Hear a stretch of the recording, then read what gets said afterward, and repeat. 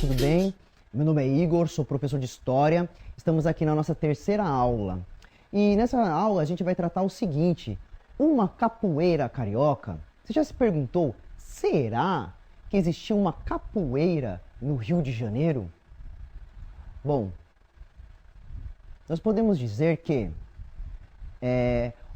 antes de começar, né, vamos falar de uma frase de um grande historiador que viveu até o século XXI, né, que é o Jacques Le Goff. E ele vai dizer o seguinte: a memória na qual cresce a história, que por sua vez a alimenta, procura salvar o passado para servir ao presente e ao futuro. Devemos trabalhar de forma que a memória coletiva sirva para a libertação e não para a servidão dos homens. Então é uma frase muito importante no qual o Jacques Le Goff, ele trabalha com a questão da memória, a memória coletiva. Muitas vezes as memórias coletivas, ao decorrer da história, muitas vezes vão ser apagadas e outras vão ser afirmadas. Neste momento, a gente vai partir para uma afirmação de uma memória coletiva sobre a capoeira no Rio de Janeiro. Bom, a documentação mais antiga referente à capoeira se encontra no Rio de Janeiro. Você já se perguntou, como que o professor de história, como o historiador, o pesquisador do tema, do objeto de estudo relacionado à capoeira, vai basear o seu trabalho nos documentos, não documentos somente oficiais, eles podem ser escritos, oficiais ou não, pode ser também a oralidade, pode também ser as fontes arqueológicas também. E os documentos mais antigos referentes à capoeira se encontram no Rio de Janeiro. Por que se encontram no Rio de Janeiro? Porque o Rio de Janeiro, antes de Brasília, o Rio de Janeiro era a capital do Brasil. Então era o Distrito Federal, era no Rio de Janeiro, no século XIX. E é encontrado em dois lugares esses documentos antigos referentes à capoeira. Ambos na primeira metade do século XIX. Então, no início do século XIX, na primeira parte do século XIX, nós vamos encontrar já vestígios referentes à capoeira. Então, temos também de entender o contexto histórico no qual esses vestígios vão ser construídos, porque o ser humano, como a gente percebeu, que a cultura, né, que o ser humano produz cultura, produz objetos, também produz valores, idiomas, pensamentos, isso faz tudo parte do tema relacionado à cultura. Então vamos lá. Número 1. Nos registros policiais e processos jurídicos após 1808, pois com a chegada da corte portuguesa, Dom João VI criou a Intendência Geral de Polícia da Corte do Estado do Brasil, iniciando grandes modificações no sistema policial. Então, a gente tem de perceber que a corte portuguesa, no início do século XIX, eles estão fugindo de Portugal e eles estão indo para a colônia mais rica, que é o Brasil. Por que eles estão fugindo? Por causa das guerras napoleônicas. Napoleão Bonaparte queria tirar do trono o rei português, como já tinha feito com o rei espanhol. Então o rei português, o príncipe regente no caso, melhor, estava verificando essa situação, estava vendo que poderia perder o seu domínio de Portugal e de suas colônias. O que ele faz? Ele pega a corte, né, as pessoas mais ricas, poderosas, toda a riqueza de Portugal e foge para o Brasil. Em 1807, ele chega em Salvador. Em 1808, ele chega no Rio de Janeiro, que era a capital do Brasil. E a gente tem de perceber que, a partir desse momento que ele chega ao Brasil, ele começa, no caso, no Rio de Janeiro, ele começa a fazer mudanças. E uma dessas mudanças são os registros policiais, que acabam sendo mais precisos do que antes. Bonfim vai dizer o seguinte: sobre a questão da raiz urbana da capoeira, essa condição se mostra clara quando se consulta os códices, registros de ofícios e correspondências entre as autoridades policiais da primeira metade da corte, principalmente entre os anos de 1800 a 1821, Esses registros traçam um panorama real da criminalidade escrava relacionada com a capoeira na cidade do Rio de Janeiro na época. Então, bom, enfim, vai dizer o seguinte, que vai ter vários registros nos códigos policiais falando da capoeira, ou seja, antes da criminalização, da perseguição sistêmica que vai se instaurar no Brasil, principalmente no Rio de Janeiro, em 1890, antes disso já havia uma perseguição contra a capoeira. Então, em vários registros policiais, né, na corte portuguesa, na capital federal, que é o Rio de Janeiro, terão indícios e registros sobre os capoeiristas que serão presos. Bom, temos também, além dos registros oficiais, as pinturas, né, as fontes iconográficas, e nessas nós teremos de Rugendas. Ele viveu entre 1802 até 1858, e ele esteve aqui no Brasil, né, entre 1822 a 1825. E ele vai fazer pinturas. E através dessas pinturas, desses vestígios do passado, nós vamos construir interpretações e narrativas sobre o passado. E poderemos afirmar o seguinte: existia sim a capoeira no Rio de Janeiro. Os viajantes estrangeiros que após a vinda da família real visitaram terras brasileiras são importantes fontes para a reconstituição dos costumes da sociedade naquele período. Cabe ao artista Rugendas, durante sua visita, a primeira descrição mais detalhada da capoeira, tanto de modo textual como por meio de gravura. Então, Rugendas, ele vai tanto produzir pinturas como também escrita também nos seus diários, né, nos seus registros mesmo, do período de 3 anos no qual ele esteve no Brasil.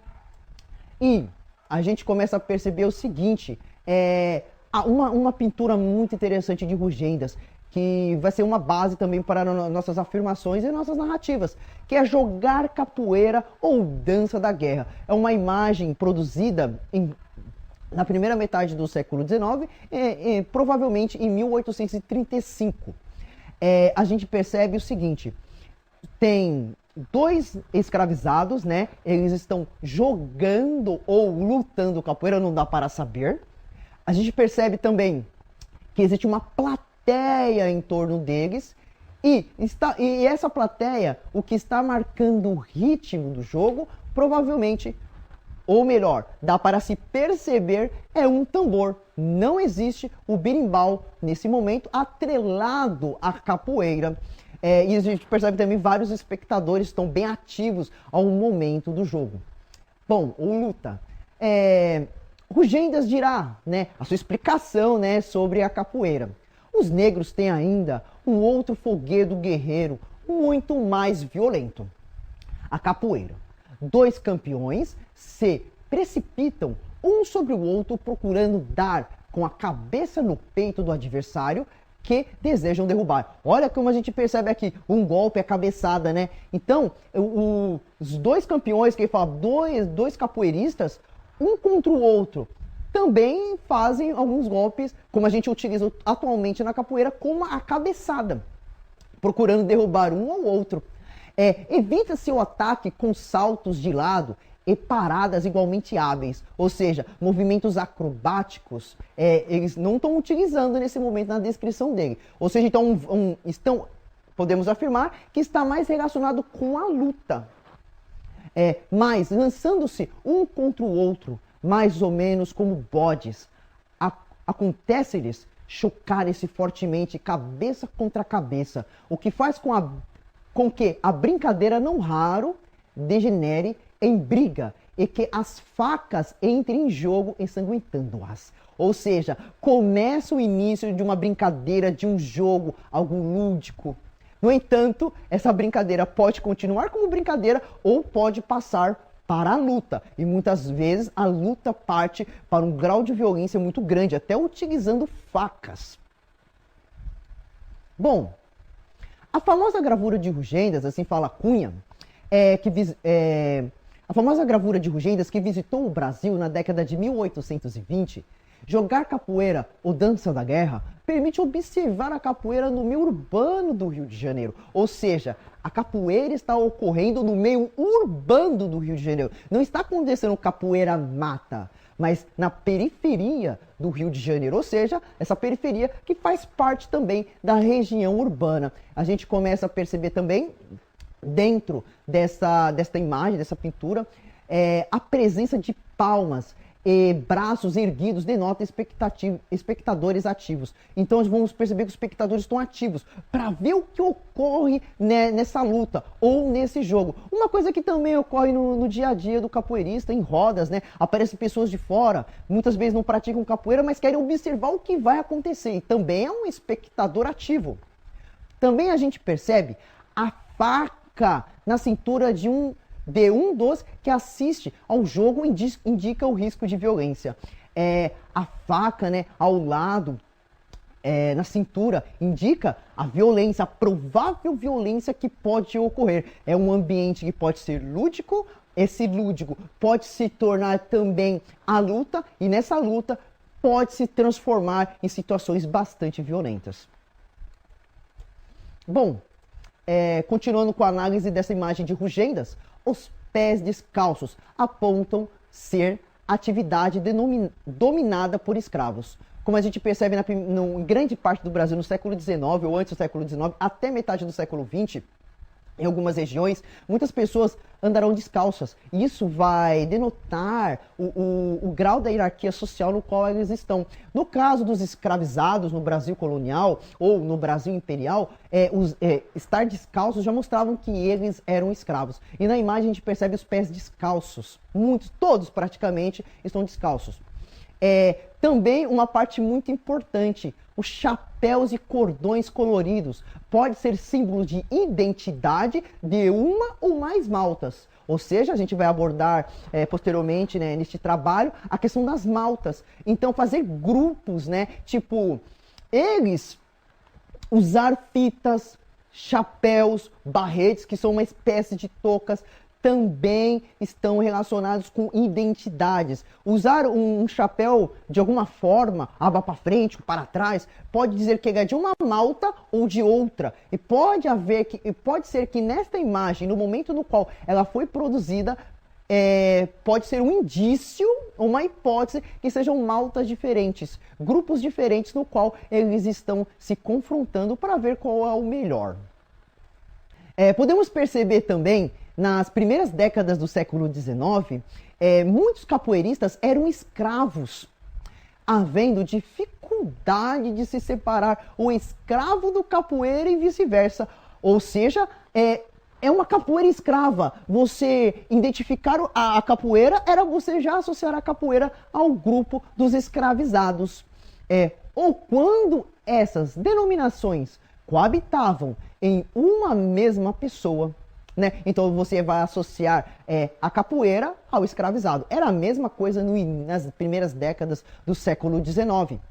Forçosamente, essas denominações se confundiam tanto nos capoeiras quanto nos escravos, fazendo parte das funções sociais que os mesmos indivíduos exerciam naquela sociedade. Essa observação de Meuwa é muito interessante sobre o cotidiano, essa capoeira escrava no início do século XX. No início, essa observação de Meuwa é muito importante para a gente perceber como que era a capoeira escrava no início do século XIX. O inglês Augustus Irving vai dizer o seguinte, tem uma pintura feita entre 1820 e 1824 e é chamada de Negros Lutando, Brasil. Na imagem, o homem sentado parece bater com a mão em um objeto de madeira, talvez para fazer a marcação.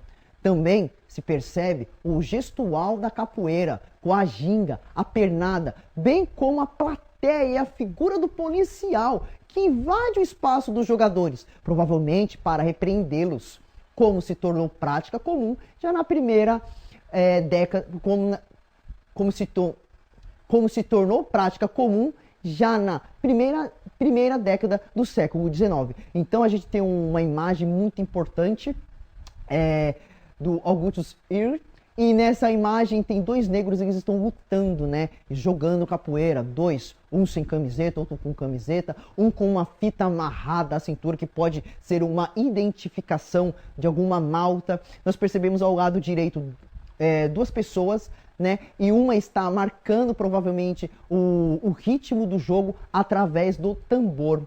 E um negro, né? Provavelmente escravizado na época. E ele está utilizando um barrete, né, que simboliza uma posição também de poder, de hierarquia dentro do sistema escravista. Ao lado esquerdo nós percebemos um policial, né, invadindo o momento, ou seja, já demonstra que no início do século XIX já havia repressão contra os capoeiristas. E que ela não nasce em 1890. Antes disso, as manifestações, né, isso também vai se perpetuar. As manifestações de origem negra, de origem escrava, elas vão ser combatidas de alguma maneira pela sociedade. Pode ser no Rio de Janeiro, pode ser em São Paulo, pode ser na Bahia também, em qualquer espaço dentro do território brasileiro. Já na segunda metade do século XIX, presenciamos um fortalecimento das maltas e o processo de tentativa de extermínio da capoeira carioca. Então, a partir da segunda metade do século XIX, começarão um processo maior de perseguição contra os capoeiristas. E também o surgimento das famosas maltas de capoeiras. Reis dirá o seguinte: divididos em diversos grupos, conhecidos vulgarmente como maltas. As maltas espalhavam-se pelo espaço urbano da cidade do Rio de Janeiro. Ou seja, as maltas são manifestações que surgem dentro do espaço urbano do Rio de Janeiro. E também o urbano de São Paulo também surgem as maltas. Apropriando-se simbolicamente do mesmo, impondo-lhe uma outra lógica de ocupação, o que conferia aos capoeiras um poder e uma autonomia que iam contra os pressupostos básicos da hierarquia escravista. Ou seja, eles criavam uma hierarquia dentro do sistema escravista, que ia além do poder instituído pela sociedade de então. Ou seja, as maltas poderiam dominar certos locais e influenciar esses locais. Aqui a gente tem uma ilustração, uma gravura que se chama Furdunço, né? Que ocorreu no Rio de Janeiro, né? Foi criada no Rio de Janeiro essa figura, no final do século XIX, em uma revista da época. Então a gente percebe aí, né, dois grupos, várias pessoas entrando em conflito, né, em contato corporal, e no centro da imagem tem uma das pessoas, provavelmente um dos capoeiristas, com uma faca tentando punhalar a outra pessoa, que agarra nas pernas.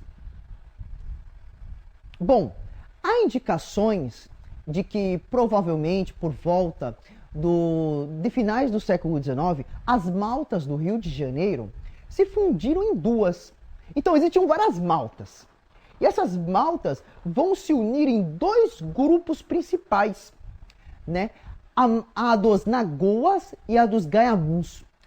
Os nagoas usavam uma cinta de cor branca sobre o vermelho e seu chapéu tinha uma das abas batidas para frente. Então, uma pessoa que era dos nagoas, ele usava um chapéu batido, a aba para frente.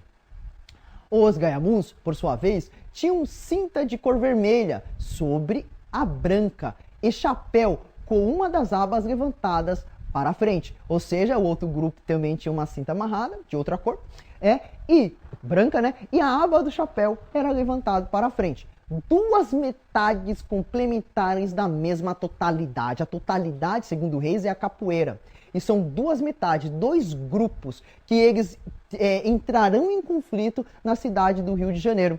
A gente percebe uma imagem, né, de Calixto, né, que é uma imagem lançada em 1906, que de um lado tem um gaiamum, né, que ele tem a aba levantada para frente, e do outro um nagoas, que é a aba batida para frente.